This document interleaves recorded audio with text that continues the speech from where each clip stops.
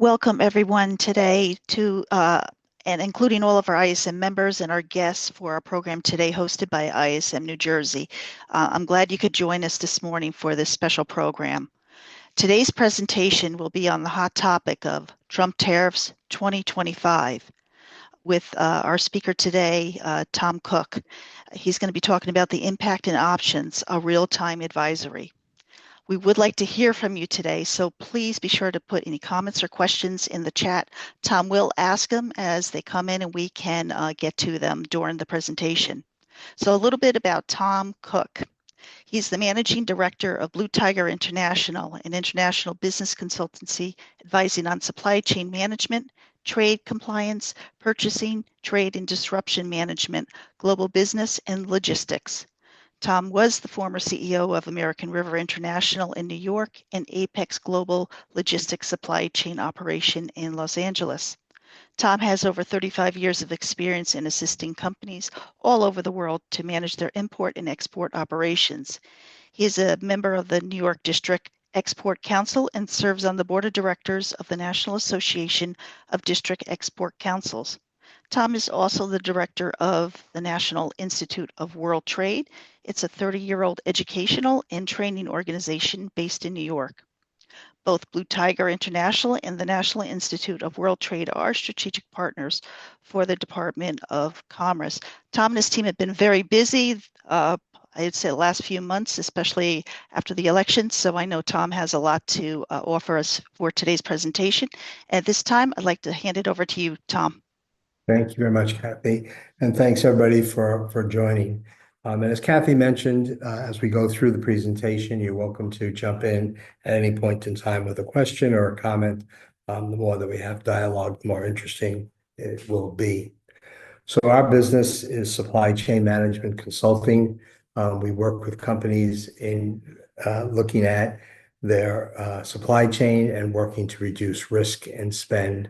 We also do a significant amount of trade compliance work, as well as helping on the logistics side and actually moving the goods from point A to point B. So a organization similar to ISM is called CSCMP, the Council of Supply Chain Management Professionals, and equally to ISM, they're both great organizations in standing for supply chain executives. And back in November, they engaged us in writing a white paper on how we think the world of global supply chain would be impacted once President Trump took office. So we wrote that paper, and it actually was brought out to the membership of CSCMP about a week and a half ago. I'm going to send that to Kathy, and she'll make it available to all the members. The reason I point that out is because it became a 34-page document, so it was pretty intensive, the information flow. So what this PowerPoint presentation is really kind of a consolidation of what we put into that document.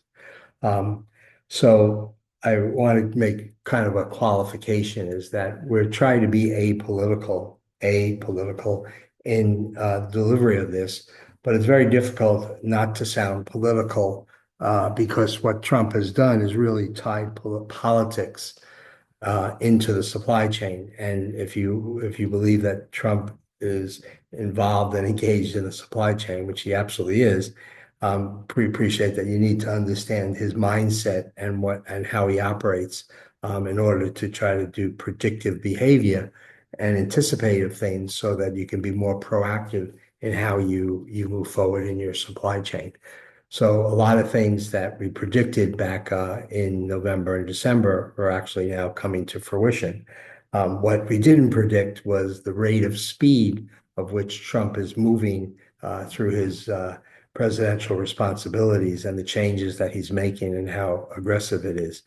And I would just say as a general statement, one of our biggest concerns is that they're moving so fast that they're not thinking about all the implications, and also they're not giving a complete reference guide for us to know and interpret the new regulations. So some of the new regulations that have come out are somewhat ambiguous, and we have to try to navigate through that. We talk directly with the government agencies, Department of Commerce, Department of State, Department of Treasury, Homeland Security, U.S. Customs as an example, and even the people that we talk to then saying, yeah, we know that the rule is out, but we're not sure exactly how it applies in this particular area type thing. So the government agents, the individuals who have to manage these responsibilities and these changes, then themselves are not quite sure how some of these things are supposed to be applied. And appreciate that all of what we're going to talk about is really a work in process. So while we produced this PowerPoint 2 days ago, a lot has happened even in the last 2 days that needs to be brought into the conversation. So the first thing that we look at is what Trump did in 2017 when he took office for the first time. And that's where we first started to see where he was utilizing tariffs in his negotiations with various countries. And the first two set of tariffs that he put out on, and he acted on his commitments, was the 232 and the 301.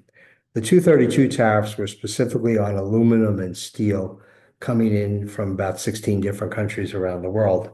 And his theory in regard to that was that he wanted to start rebuilding the infrastructure of the United States. He never got to that in his administration, but one of the first things that Biden did was create that transportation infrastructure bill, which was passed. But his idea was that a lot of steel and aluminum would be needed for that rebuild of the country, and he wanted U.S. companies to supply those materials in the United States and not around the world.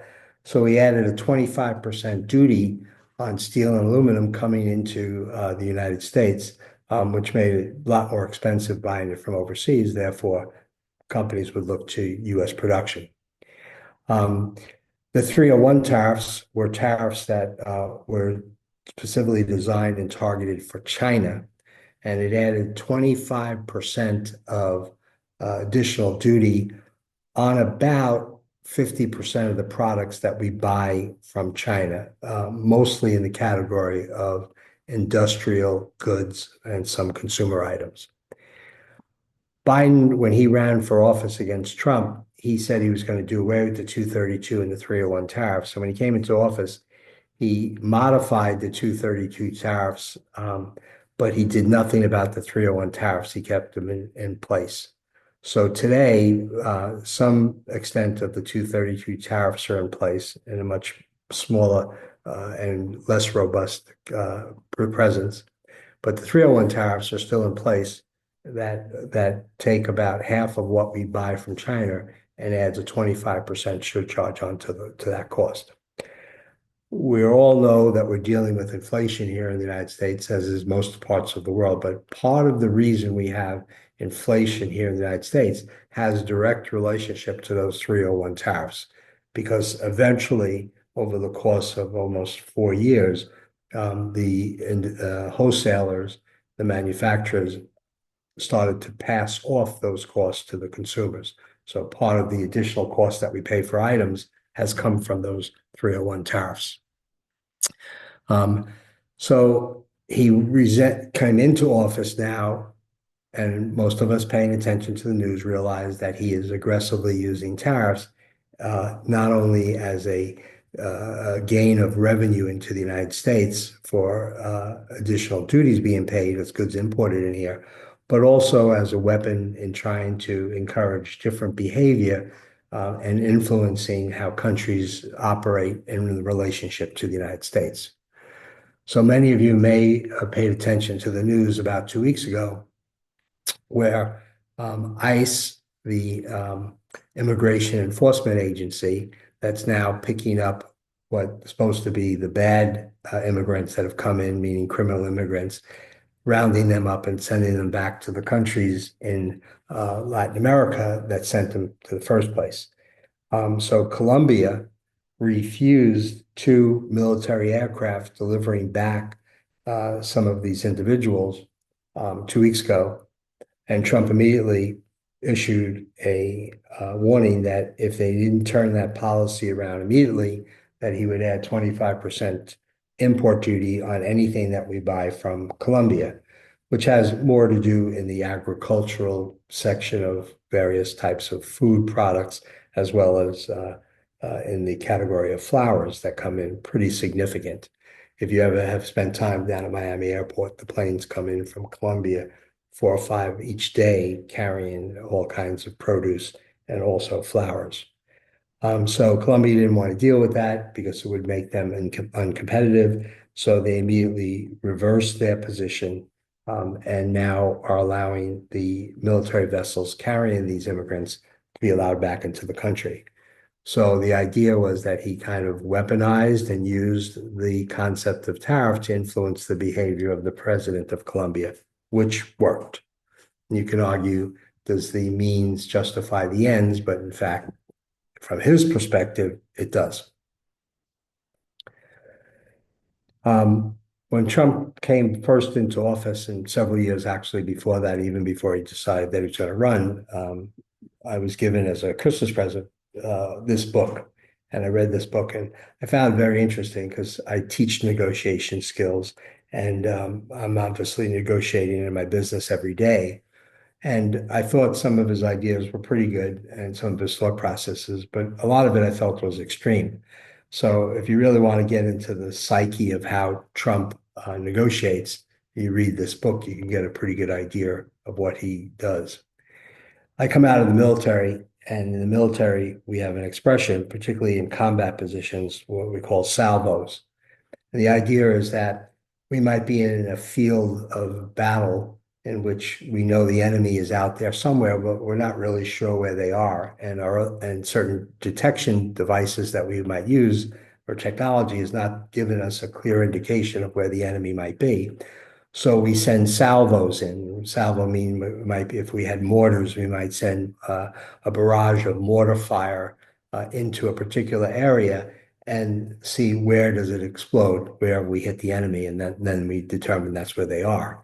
And he talks about this in his book, which is to send salvos into negotiation, meaning that get aggressive with the person on the other side of the table by putting them in a discomfortable position by sending those salvos into their camp. Um, and so you see that going on all the time. And more specifically, if we look at what happened with Mexico and Canada, I mean, we heard him say through the presidential process throughout the early part of 2024 that he was going to deal aggressively with Mexico and Canada. And he talked about tariffs as well.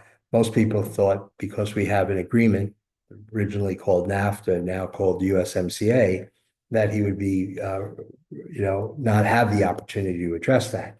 But within 2 weeks in office, he announced last week that as of last Saturday, he was going to put a 25% duty on all goods and merchandise coming in from Canada and Mexico.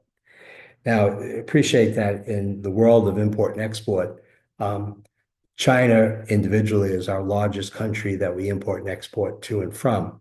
But if you took Canada and Mexico and combined that, they would be the largest block that we deal with, and appreciate that they're very much aligned with the United States in a number of different ways. So to go after them like that was really outrageous to a lot of different people. In my white paper that I wrote, I mentioned this back in November that his aggression towards Mexico and Canada was not really designed relative to the idea that he really wanted to assess 25% tariffs. What he was doing was weaponizing tariffs and using it as a tool to get what he wanted. And what he wanted specifically in Mexico was he wanted to get 10,000 troops down to the southern border, blocking people coming in from Guatemala and other Latin American countries from even getting into Mexico to pass through to the north border, where they would come into California, Arizona, New Mexico, or Texas. Um, and so by Sunday, the end of the day, Mexico had acquiesced and announced that they were going to, put 10,000 troops in, and they were going to do other measures on the northern border. So Trump put a 30-day moratorium on that order. Canada was negotiating very quickly with the Trump administration and they put the equivalent of additional resources amassing to the same equivalent of 10,000 additional people, but not necessarily troops, additional customs officers, customs resources, making and aligning with how the United States has set cartels as terrorist organizations, increased electronic surveillance systems and so forth like that, but enough in dealing with the northern border to Canada to appease Trump to also put a 30-day moratorium on it. The reason that he didn't completely eliminate it is because there's other things that he wants from both countries, and most of that has to do with the trade of U.S. product into Mexico and Canada. Appreciate that in the USMCA agreement, those countries can sell almost anything that they have to offer into the United States. But the United States is restricted on certain products and services that we can't offer into their countries. And what Trump wants to do with the USMCA agreement is make it more balanced, so that U.S. industries are open to Canada and to Mexico, similar to the way their industries are open to us. And more specifically, as an example, along the New York northern border and Vermont, Michigan, with Canada, we have a huge dairy industry, and that dairy industry is not allowed to sell into Canada. In some cases, they're closer to Canada than they are to US markets. So they want to open that up. In the Northwest, the wood industry is not allowed to sell their wood products into Canada. They want to open that up. And down in Mexico, we're restricted in certain areas of food and produce and so forth, of not being able to sell it into Mexico. So these are things that he's really negotiating again to make USMCA a better and fairer agreement between all three parties. I came across, as we were doing research, this little cartoon, which I thought was cute. Not exactly sure I agree with it, but I thought it was something that would take a little levity into the seriousness of the subject. So tariffs in general, understand them at the basic level, they're a revenue generator for the government that's representing the import community in any particular country. In the United States, if you walked into a customs office, and remember that after 9/11, customs was changed from US Customs to Customs, Border, and Protection because security became an additional larger responsibility for them. When you walk into any of their offices and downtown Manhattan, as an example, there's a huge customs house office there. And on the wall, it says First U.S. Government Agency. And what they mean by that is that in 1789, after the Constitutional Convention, that the first government agency that was formed wasn't the military like most people think it was actually U.S. Customs. And they formed U.S. Customs because their collecting duties would be a revenue source for the federal government. And appreciate that we had a fledgling federal government right from the start. So it needed revenue so that it could start to do things for the benefit of the new 13 states that became America. So revenue generation is the general reason why countries have import duties and tariffs. Secondly is a lot of countries, and here in the United States, control trade through protectionism policies. And part of the protection policy is that if we have a particular industry that's vulnerable to imports, the United States can add anti-dumping, anti-levy duties, okay, all kinds of things that causes importers to pay more for it, hopefully leveling the field for the U.S. supplier. Shoes would be an example of something like that, where the shoe industry has protectionist measures and importers have to pay a surcharge when those products come in, as an example.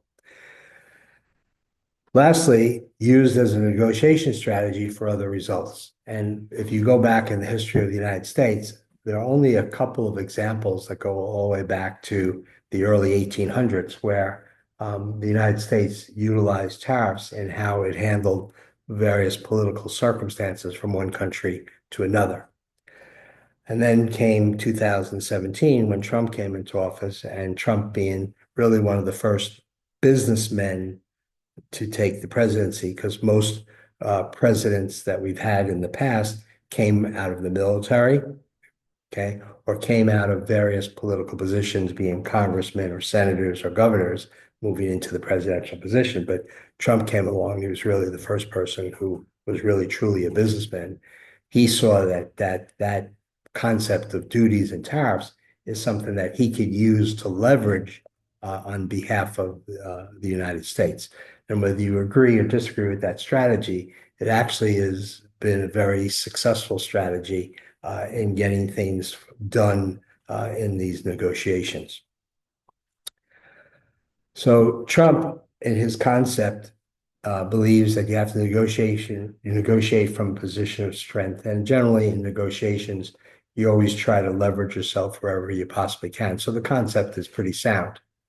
Um, and relative to how he handles the politics of the world, and now he is the chief executive officer, so he's the number one gentleman in charge of our military. He believes and is operating aggressively already that a strong military with an aggressive posture prevents wars. And he touts the fact that during his first administration, there really were no wars. But I would take that back because Afghanistan was in play when he was there. But he inherited it, he didn't cause it.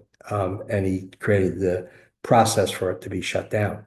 But the fact is that he still believes that, and I've listened to him now tout it in several of his presentations and speeches, that he plans on, again, resupplying the military, changing how it's structured to make it more effective, fund it properly so that it becomes the biggest and mightiest military in the world, and therefore that in itself will be a preventive strategy to prevent any kind of war or disruption overseas. Other things to think about how he's thinking, and all these have impacts into the supply chain, is that he started a process in 2017, which we refer to as the decoupling from China. And he felt as though we had too much dependency on China. And quite frankly, he was correct in that, because when you look at all hard data and statistics, the amount of purchasing that we do around the world, more than 40% of it is in one market, which is China. Okay. And China deserves that position because they've been very successful at creating a huge manufacturing complex that can manufacture just about anything that we put on their table and do it pretty well and pretty inexpensively. And that's the reason that they've been able to grow. But appreciate the fact that the impact of what Trump started to do in 2017 in this decoupling, particularly by adding those 25% 301 tariffs, is that we purchase about 16% less today from China than we did in 2017. And that's one of the reasons why the Chinese industrial complex is actually struggling at this point in time, because also some of the European Western nations took the stance of reducing their dependency on China as well. And this will continue. And our policy as supply chain management consultants and advising companies that have purchasing coming out of China is not to eliminate China, because we think that there's a lot of value in using China, but to really, what we quote say, reduce your dependency on China, which means that don't keep 100% or a primary amount in all of your eggs in one basket, kind of spread it out. And there now are about a dozen countries that can compete, not I want to say dollar for dollar with China, but when you look at landed cost numbers, can be pretty effective in offering options other than China. For the last almost 5 years, U.S. Customs has kind of argued the position that the de minimis rules that apply for goods coming to the United States need to be altered. And what the de minimis rules apply, which came into place in the 1960s, was that if an American is returning from traveling overseas back to the United States, that they could bring back with them up to $800 worth of merchandise without having to do a customs declaration and pay any duties or taxes. And then that was moved into commerce, meaning that people who buy things from overseas, um, if the individual unit is worth less than $800, that would be considered de minimis, and therefore there would be no customs clearance process, and therefore no obligation to pay duties or taxes. So when they formed this in the 60s, the e-commerce world and the internet wasn't really in place. So it was only a couple 100,000 entries a day would come into play for the de minimis rules, and it would be very certain gateways around the country. Well, you advance that now to modern day, there are 4 million transactions a day of e-commerce shipments coming into the United States. And companies like Amazon, companies like Alibaba, Temu, Shine are examples who are taking advantage of the de minimis rules. And therefore, Americans do not have the luxury of getting any duties on all these goods. And the estimate of values is well over $500 billion in values with those transactions each day. And the other concern is that we really don't know what's inside those packages. And customs, when they have done checking, have found a high degree of either illegal merchandise, illegal pharmaceuticals, drugs, and even weapons. So for many years now, they've talked about it, but Trump now has taken action. And the biggest culprit in the world are goods that originate out of China. And of those millions of transactions that occur each day, 4 million, almost about 45% originate in China. So what Trump initially put out a week and a half ago was that anything that he put restrictive covenants on, which related to Mexico, Canada, and China, that they would no longer get the benefit of the de minimis rulings, and they would have to declare a value transactionally and pay duty and taxes on those goods. So when he gave the reprieve to Mexico and Canada, that meant that de minimis can continue from those countries, but he kept the de minimis ruling on China. And that basically, an impact has been huge because it has really stopped the flow of e-commerce business. Things that were already in the pipeline are moving, but it's preventing new activity from happening because somebody has to pay the cost of an import clearance, okay, and somebody has to pay that 25% surcharge that's being applied for something coming out of China. And it's the actual duty that would be applicable plus the 25%, and he's added another 10%. So it could be as much as 35 to 40% that somebody's paying in duty on goods coming from China. So obviously that will not make them as an attractive supplier as they once were. So he's acted on that, and we believe that while he'll agree to certain modifications if he gets certain things from China that he wants, he may step back on it to some extent, but we don't believe that that is going to be in the short term. So companies that are in the e-commerce world that are taking advantage of the de minimis rulings have to be very cautious if in fact their supplier is based in China. We'll talk about it in another slide, but he believes that the United States has been taken advantage of in so many different areas, from the aid that we give to these countries to the funding that we give, the U.S. investment in these countries, the fact that we finance a tremendous amount of all their big deals and so forth. But at the end of the day, he doesn't believe that it's appreciated, nor are these people thankful. And they're certainly taking advantage of us by not giving us access to their markets or making it more difficult and so forth. So that's what he's trying to deal with. And whether you believe that or not, I can tell you that in certain countries, it's absolutely true. Is it in every country? I don't think so. Tom, we have a question that came in. Sure. Uh, what about Chinese companies manufacturing in Mexico, Canada, and bypassing the tariffs? So um, about 3 years ago, in the beginning of the Biden administration, Biden aggressively went after China as well. And as many people may know, part of his focus with China was on what was called forced labor. So any Chinese suppliers that were involved with forced labor, they had to evidence that there was no forced labor, or otherwise their goods were not allowed to be sold in the United States. And today, there's been about $4.5 to $5 billion worth of merchandise seized at the border, where suspicion is that is aligned with forced labor circumstances. Um, but this issue has now extended to U.S. Customs, now challenging all goods around the world where they believe that Chinese parts or components are in the manufacturing process. And two examples of that would be Vietnam and Mexico, because we participate and have now for close to almost 20 years.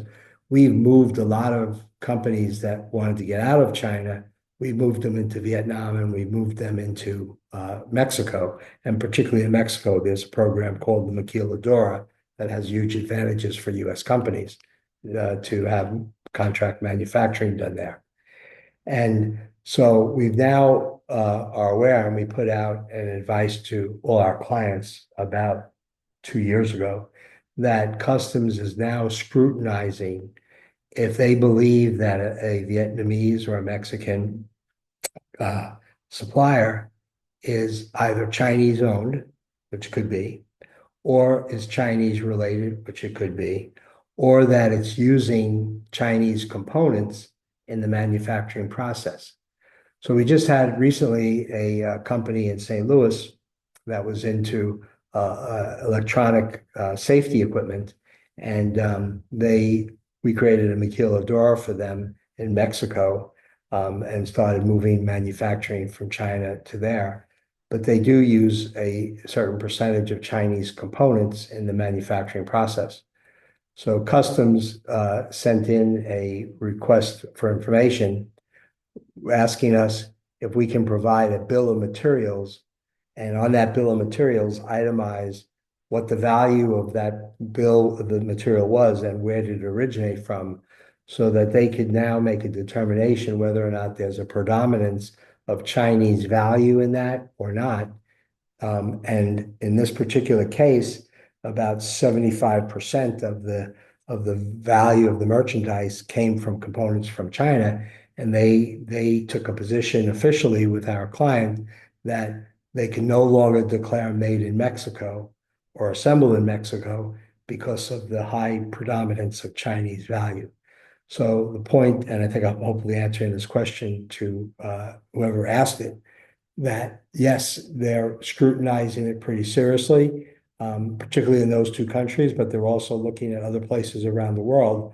And even here in the United States in foreign trade zones, if in fact the components and parts come from China, where you have assembly process in a foreign trade zone in the United States, they're now questioning now what is the total value of those goods coming from China, and potentially eliminating that from getting the benefit of the foreign trade zone.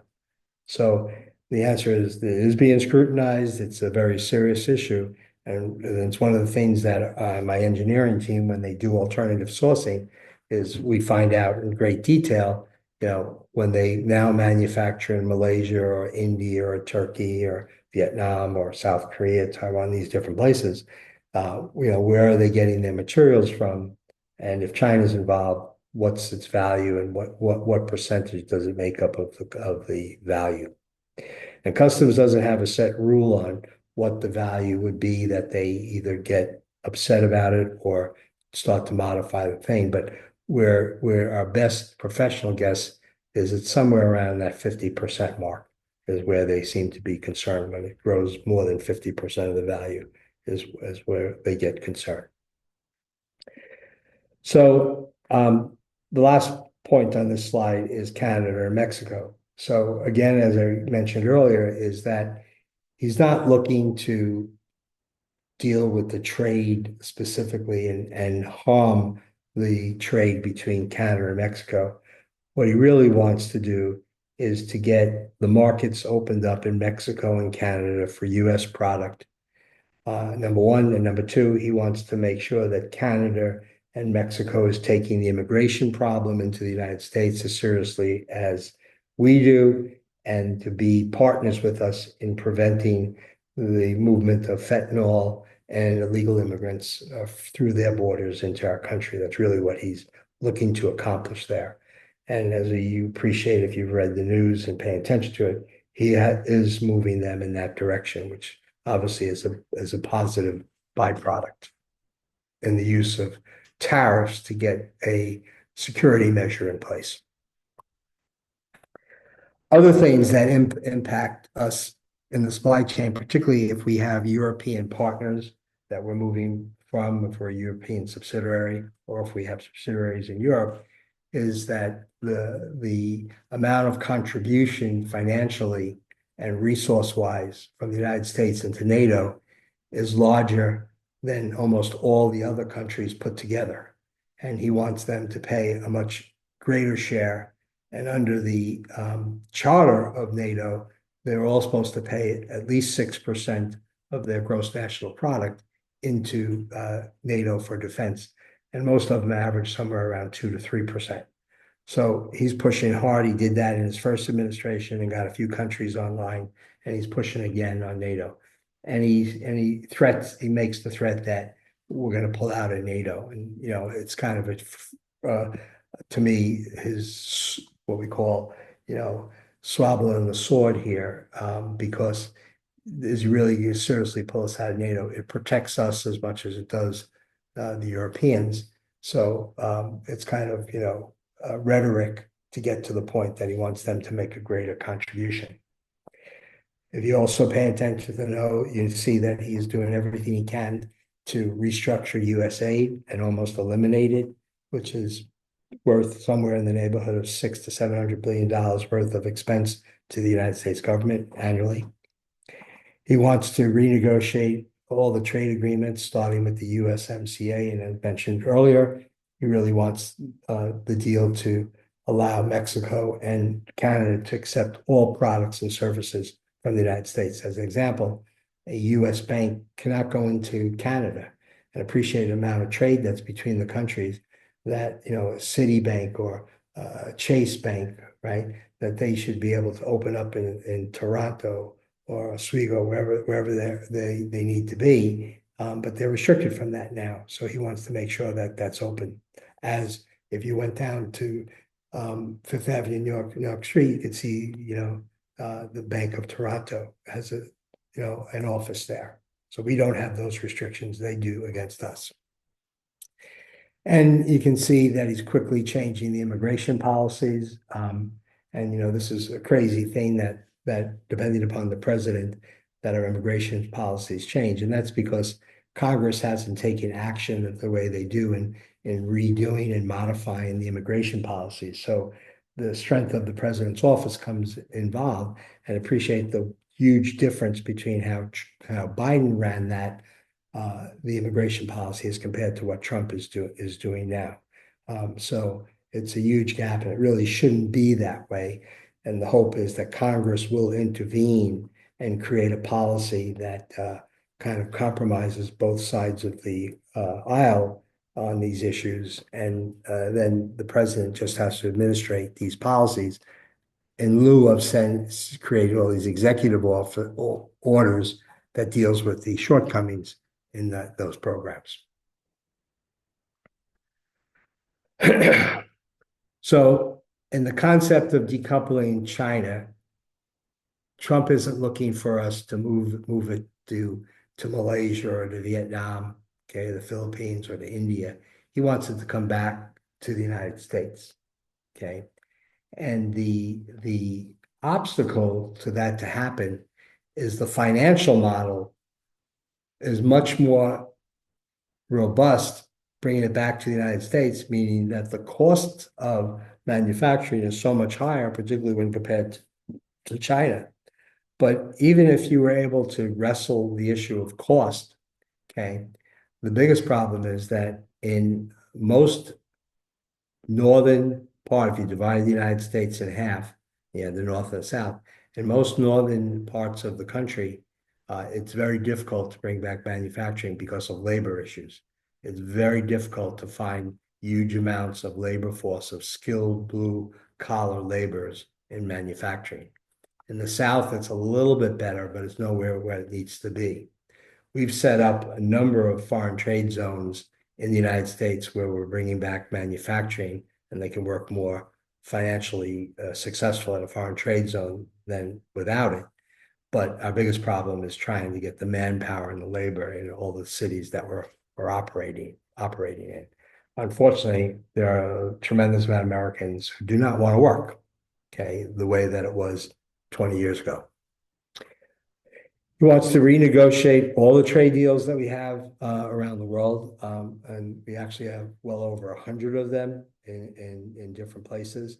The largest trade deal in the whole world and for the United States is the USMCA agreement, which obviously is his priority number one. But he's going to go down to all our countries we have free trade agreements with, which is 21 different countries, and look at all the pacts that we have.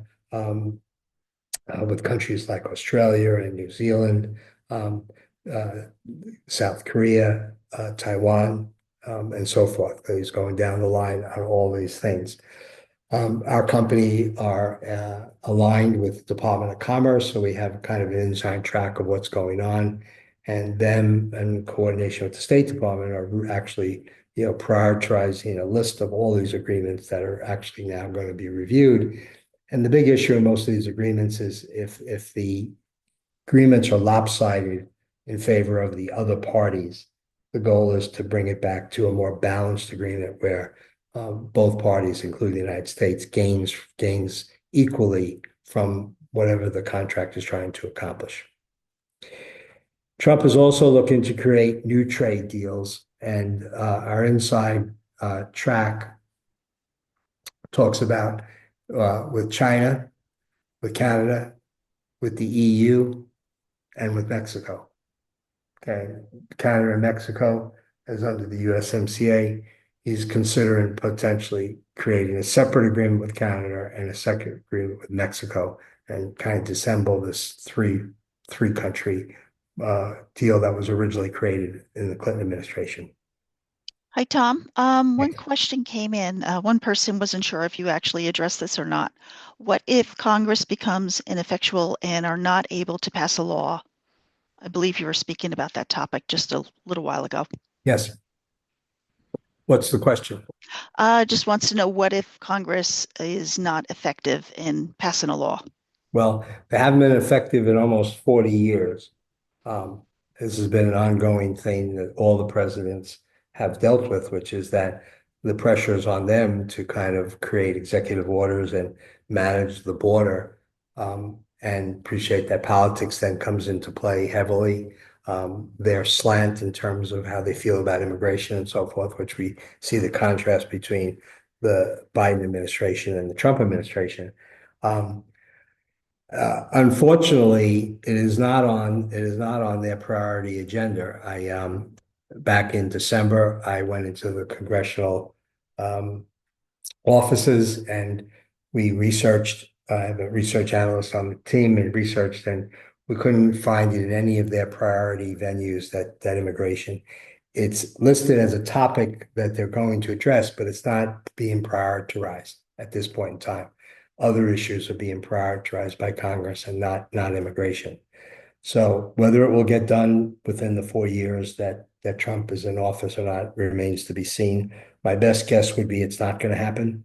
Um, but I would say that it needs to happen only so that there's a compromise policy between the Democrats and Republicans that everybody can live with, and then gives strict guidelines to how it should be administered and take less flexibility away from the president in modifying and bringing politics into the equation. But it's a huge issue. think about not only from the immigration standpoint, but think about all the customs officers and immigration officers that are working at border points, uh, what they were doing on December 30th, and now as we go into February, how different it's got to be 180 degrees different what their responsibilities are and how they conduct themselves on a day-to-day basis with immigration. Different. It just shouldn't be that way. There should be a more uniform, consistent program. But unfortunately, politics is ruling that that's not happened. For those who do pay attention to politics, you may remember George Bush II, his administration did put together a bipartisan immigration policy, but it didn't pass the vote in Congress. So it was voted down. And that was the last time a serious effort was made. Um, and quite frankly, we listened very closely to Trump during the past year. We anticipated that he was going to win the presidency. So we listened to his closely. And since he's been president, he's not talking about an immigration policy going to Congress. So I just don't think it's going to happen in his administration. So this slide lists four countries that we know through our relation with the Department of Commerce in which discussions had actually started in Trump's first administration and now are being picked up again, which is that he's looking to do trade deals with the United Kingdom specifically, and appreciate that the UK is now out of the EU, so they can operate independently.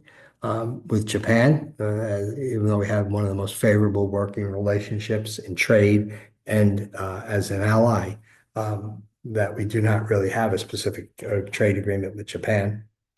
Um, Vietnam is becoming a huge supplier for the United States, not of what I'd call the highest end industrial products, but certainly in the area of fashion and textiles. They're huge, and in light industrial and consumer good manufacturing, they've become a huge supplier to the United States. So we don't have an agreement with Vietnam specifically, and those discussions are underway. And lastly, is with Taiwan, another country that's a huge supplier to the United States. I think it's either the eighth or ninth largest supplier to it, and appreciate that in the area of chips and semiconductors, Taiwan is one of the largest suppliers, not only to us, but also to the world. Um, and that's one of the biggest reasons why politically we're creating a defensive strategy to prevent China from bringing Taiwan back into their family, because of how huge the chip and semiconductor manufacturing presence is in that market.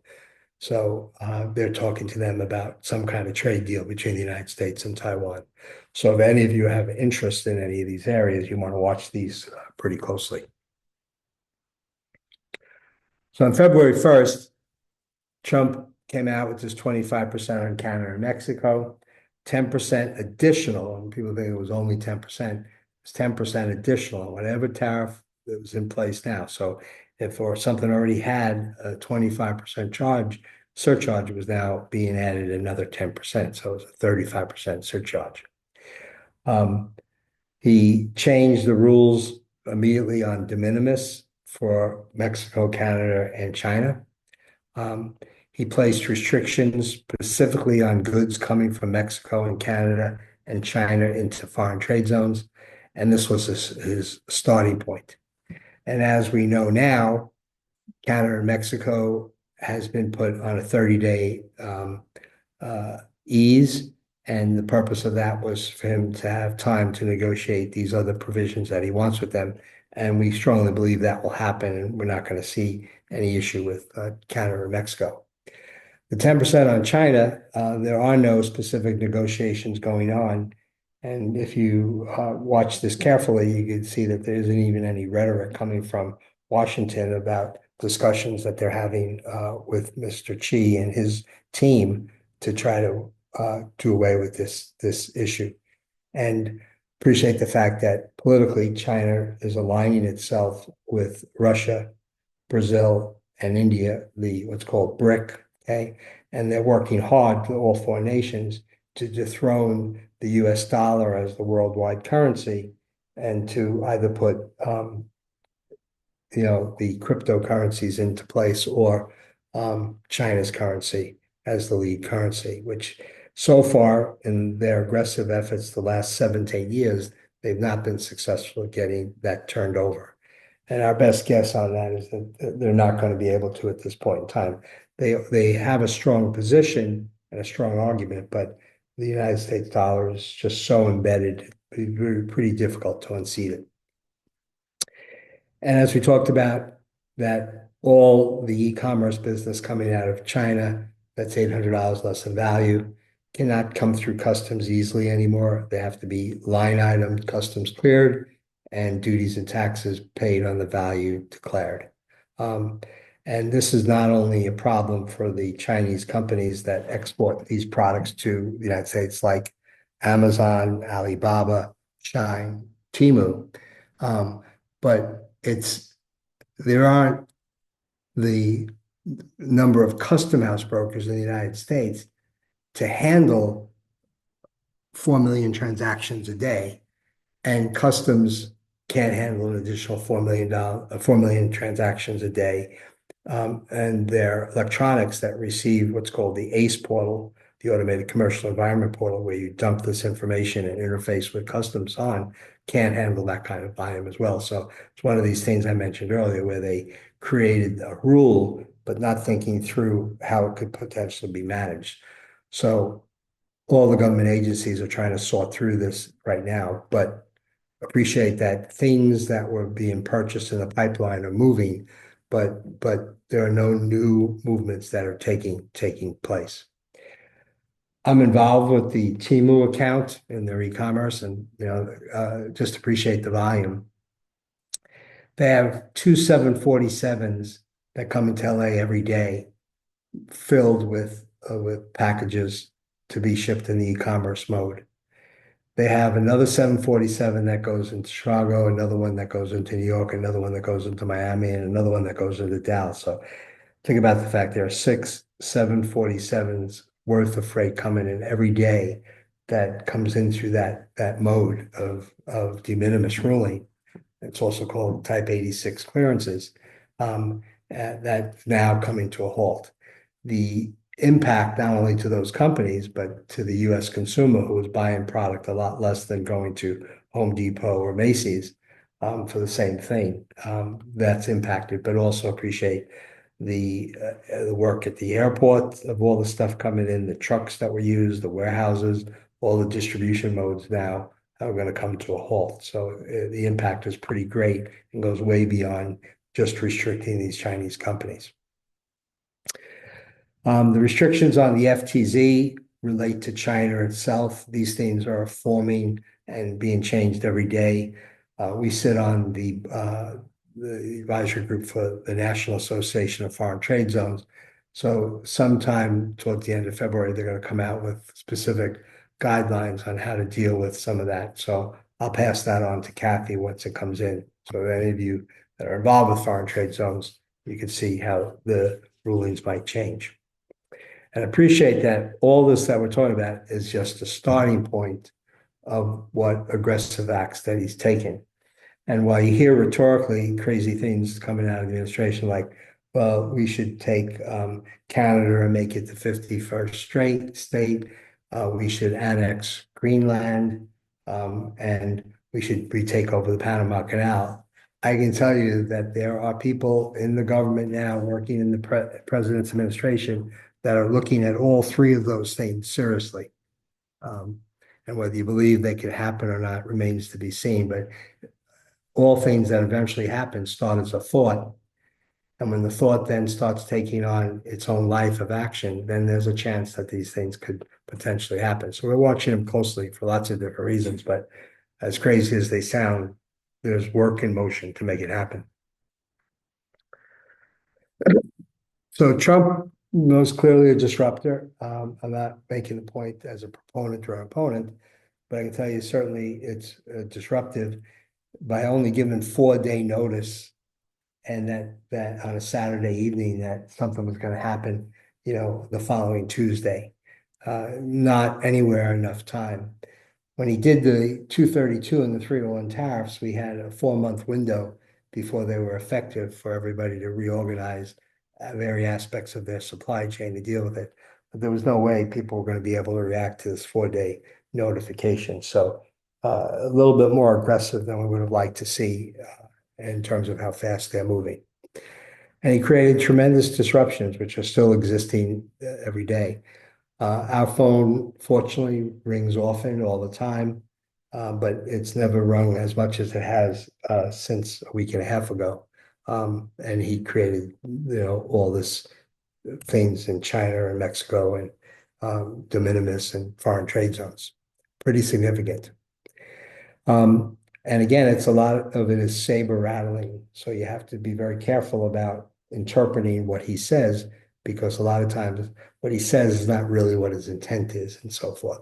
And Mexico and Canada are perfect examples of that, where he threatened this 25% duty, and the threat had nothing to do with duty. It had to do with immigration and them participating with that process, and also to open up their markets for US products. So, all through this conversation, we demonstrated this style, and I'm not a proponent of it necessarily, but I do recognize that you have to look at it and say it does have a certain amount of success to it, particularly with Colombia, Canada, and Mexico as primary examples. So what we're left with through the last few weeks of time frame, which is that the Mexico and Canada markets, they're on hold for 30 days. And our belief is that they're not going to come back even after 30 days. In the next 30 days, the negotiations will continue and Trump will get the additional factors he wants. And in both of those countries, there are still some additional security issues he's looking at, but the real thing is opening their markets up to US products is the key. And it will possibly set the arrangement up that there'll be another uh, arrangement for all the people involved in USMCA to come back together again and restructure its wording and its intent. For foreign trade zones, particularly for goods coming out of China, the ability to get preferred status is directly impacted. And preferred status means you're getting the benefits of the foreign trade zone if the goods originate in China. And this is a work in process. It's not exactly clear as to how the rules apply, but we certainly know that it's trying to restrict goods coming from China to get the benefit of the full benefit of the FTZs. And the de minimis rule really is focused on China, on goods coming from China, and that whole supply chain has stopped as a result of this now. And it's not going to be resolved quickly, because you were talking about out of China itself, like 1.8 million transactions a day, and in total, e-commerce is 4 million, but 1.8 million from China. The ability to do individual customs clearances on this, and then to send it in for customs clearance with customs, the bandwidth is not there to even be able to handle that volume. So this remains to see how it's going to ultimately work out. So we don't, as I talked about, Mexico and Canada, I think will work out. The comment about Canada being the 51st state, first of all, it would become physically the largest state in the country. And the amount of land mass is significant, but its population, would only make up a couple of size states here in the United States. The biggest reason would be a proponent of it is our whole northern military defense mechanism is really in the northern part of Canada now. So we would have ownership over it rather than a partnership with the Canadian government. But we don't believe that that's likely to happen. We do believe that the policies will change to the benefit of the United States with Canada, but them becoming the 51st state, we don't think so. We do seriously believe that that we don't own all of Greenland. We will own a portion of it at some point in the next year. Those negotiations are actually taking place. The Panama Canal, which a lot of saber rattling has gone on, the real goal was to make sure that we reduce our costs of our ships passing through the canal, but to relinquish the influence that China has over the canal. Of whether or not we would go in to take that over, really remains to be seen. The deed and everything is in their name, and there was an agreement reached. But I do believe that if we don't take it over, their Panama authority will have to change their behavior and will have to change more in favor of the United States. And Trump made a good point that I heard him the other day, which is that even though it's not maybe US ships that are passing through the canal, but those ships are coming to and from the United States. And that's a really good point. Probably as much as 70% of the traffic that goes through that either begins or ends in and out of the United States. So we definitely have an issue. China status, I don't believe that the relationship's going to get better with China. I think it's going to get worse. The rhetoric of decoupling will continue, and I think more and more companies, I know because we're getting engagements a lot of helping companies come out of China and see what their options are in global sourcing alternatives. So we see that. And 16%, which has already happened since 2017, is a big number. So we believe that trend will continue. A lot of companies are doing it on the basis of the forced labor issues, which are very difficult to control in China. But also the fact is that they're realizing that there are alternatives which might end up reducing less and reduce landed costs in their supply chain. So you see that trend going. Retaliations. So China has already retaliated. They've added a 15% duty on certain types of products coming from the United States. Um, Canada set up a 25% retaliation number to match the US's, but obviously that's in abeyance for 30 days. The president of Mexico said they were going to retaliate, but they didn't announce what the retaliation was going to be because it was settled within 24 hours. But they said they were going to retaliate if they had to. So we believe that in Mexico and Canada, new agreements will be reached within the next 30 days, and that will settle down. But China will continue to be a significant problem. And the retaliation is a serious issue because I have lots of clients that sell huge volumes of materials and equipment to China. And when those retaliation events happen, as they did in 2017, 18, it diminished their ability to be competitive with a lot of German companies that made similar products, a lot of British companies as well, and so forth. So it does have an impact when those retaliations come into place. Um, when I wrote this actually on Tuesday, last night, I listened to Trump talk at some rally that he was at. And for the first time, he said, what America needs is a defined global trade policy. And on Monday, my comment was going to be, we as a people need to have a trade policy. And certainly the lobbying that we do with the influence we have in Washington, we've been trying to push for this for many years. But now it's the first time it talks about it. So we're really happy that he brought it up. And the fact is that we have to have it. And we may end up not agreeing with what that policy is, but at least we have a policy in place that we all can see what its implications are. And as supply chain executives, we can navigate our responsibilities, in line with that, whatever that policy decision ultimately becomes.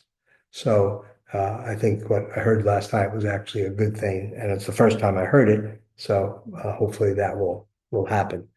And as you know, Trump likes to hear things related to Trump, and they're calling it now the same thing as the Monroe Doctrine. They're now using the term, we're going to get a Trump doctrine, and he feeds off of those types of things. So I'm sure it will come into play. And we have Marco Rubio, who's was a really solid senator. Now he's running the State Department. He followed up this morning with this conversation about the creating a trade policy. So between the new Department of Commerce, the new Department of Treasury, and the state working together with Trump, they'll end up defining a policy. And we really haven't had one almost going all the way back to when Reagan was president. So it's a good thing. So we as management consultants have put together about 19 solutions over the course of 30 years of what we do. And we would need just one whole 90-minute session to go through these the way they need to be covered. So what I did was I picked 6 of them that I thought should be discussed and just share these with you.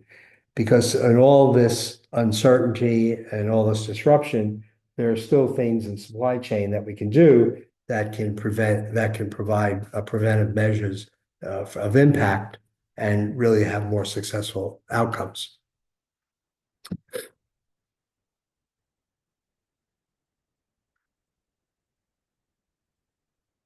How am I doing on time, Kathy? Just so I know. Well, we're about 10 minutes over. Okay, I'll go through these pretty quickly. Tariff engineering, that's the legitimate manipulation of a product to change its harmonized tariff number so that you can get a lower duty rate. Okay. Legitimate remanufacturing, resourcing parts and components that gets you a better or different harmonized tariff number that leads to a better duty rate. Direct shipping. This is huge now.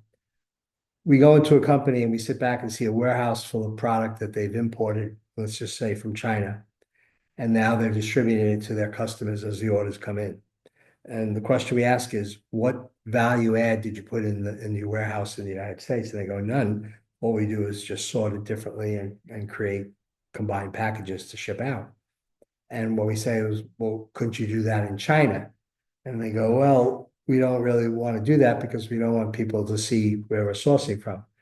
And we say to them, if we can present a way where you can not identify who the actual shipper is and ship it directly from China, do the warehousing and fulfillment there, and ship from there and get to your customer, you could eliminate 25% of your overall landed cost because you're not bringing it into your facility and handling it again and having storage, insurance, and all kinds of expenses that are necessary. And in the last, I'm going to say, since Trump was president in 16, 17, we probably have moved about 60 companies into a direct shipping profile. And the savings can go from 20 to as much as 35% of their landed costs by doing that. Demand planning. Air freight is 18 times more expensive than ocean freight. And when we go into a company and we see that they're spending more than 5% on air freight as compared to ocean freight, we ask the question why. It's because they're constantly rushing shipments at the last moment, so they have to use air freight to get it in on time. And then when we dissect that concept of why they rush all shipments, it has to do with failures in their demand planning system. Either their technology is failing or their input of data in terms of historical data and client need isn't working well. So we address betterments in the demand planning process so that they can really move more freight by ocean freight properly planned rather than all these rush shipments that occur in the air mode because of how more expensive it is. Alternative sourcing, is a risk management strategy, which is we shouldn't keep all our eggs in one basket where we're doing single country sourcing. We should have multiple sourcing models and alternatives in various countries and also possibly back here in the United States. Diversification is a critical factor here. And there really are a lot of countries, Vietnam, Taiwan, South Korea, Philippines, Malaysia, India, Mexico as a host of countries that we move a lot of companies to very successfully. And the acquisition cost might be higher compared to China, but the landed cost to get it into the United States actually becomes less. Foreign trade zones are physical locations within the United States, but they sit outside the US economy. So when goods go into a foreign trade zone, there's no obligation to customs clear, no obligation to pay duty. Only once it comes out is there an obligation to pay. If the goods get exported, there's no duty at all because the goods would never have entered the United States. And inside a foreign trade zone, you could assemble and you could manufacture. And if you end up having what's called tariff inversion, where you make a new product at a different harmonized tariff number, there's the likelihood that you'll end up paying a lower duty rate. Robust supply chain assessments. I'm always surprised a lot of times when we get invited into a company to do an assessment of their supply chain and risk and spend, that they've been operating the same way for 12 years, where they've never really delved into an overall introspective look to see where potentiality of improvements can be made, either risk, spend, or business process improvements. We always create models of dissecting landed costs, which are made up of these 5 primary elements: the acquisition cost of the goods, the freight involved in moving it from A to B, the customs clearance process and costs associated with, duties and taxes, and then the ultimate last mile delivery of inland freight, warehousing, fulfillment, and distribution.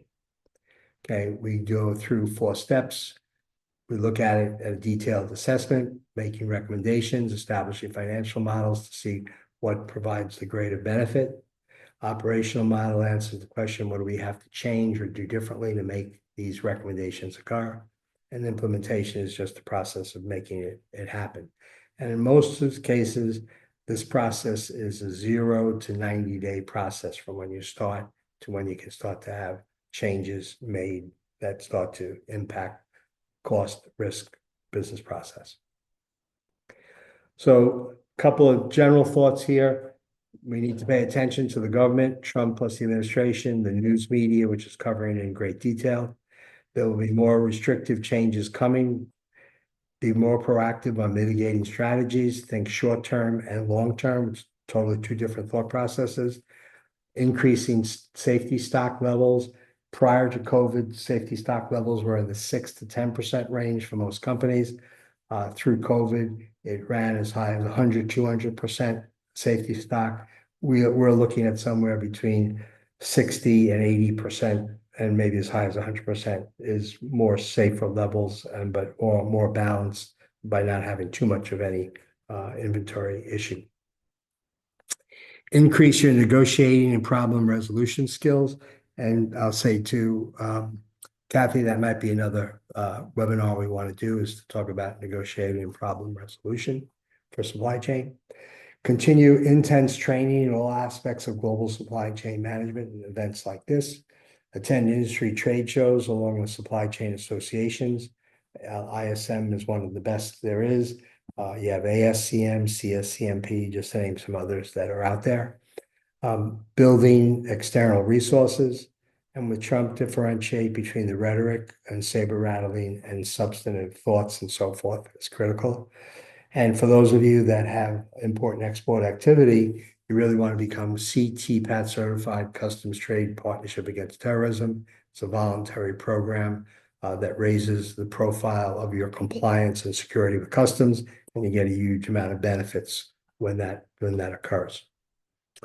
So with that, I appreciate everybody's kind attention, and if anybody has an additional comment or question, I'll jump on it.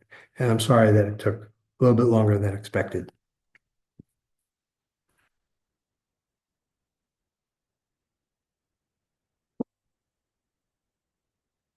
Thank you, Tom. I appreciate that. Just looking to see if there's any more questions or comments. I do not see any questions at this point, but everybody, I will be sending you over a copy of Tom's presentation and the recording a little bit later today once we get it posted on our YouTube channel, and the white paper as well when after Tom sends that. I just want to thank everybody for joining us today, and have a great day. Thank you so much, Tom.